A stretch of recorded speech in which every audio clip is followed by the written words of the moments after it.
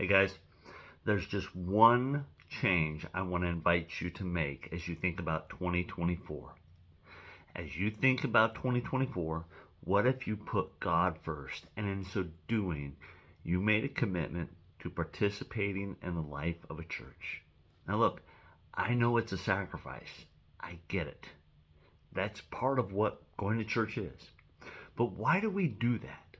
Why do we go? Well, have you ever walked into a room and suddenly stopped and you couldn't remember why you were there or what you wanted to get? Have you ever walked into a space with a crowded group of people and you're like, oh man, what am I came in here for a purpose and a reason. And then somebody says something suddenly and you're like, oh yeah, it was to get my keys, or oh yeah, it was to get my phone, or oh yeah, it was to get this book, or I need to go to the store and get this.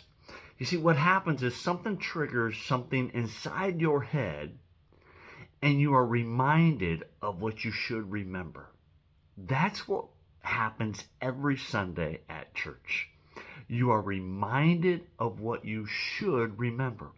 And unless we're hanging out with the people of God that challenge us to be reminded of what we should remember, we often won't remember. It's that simple. It's a sacrifice, but it's a sacrifice that has an end result worth making. And that's the key.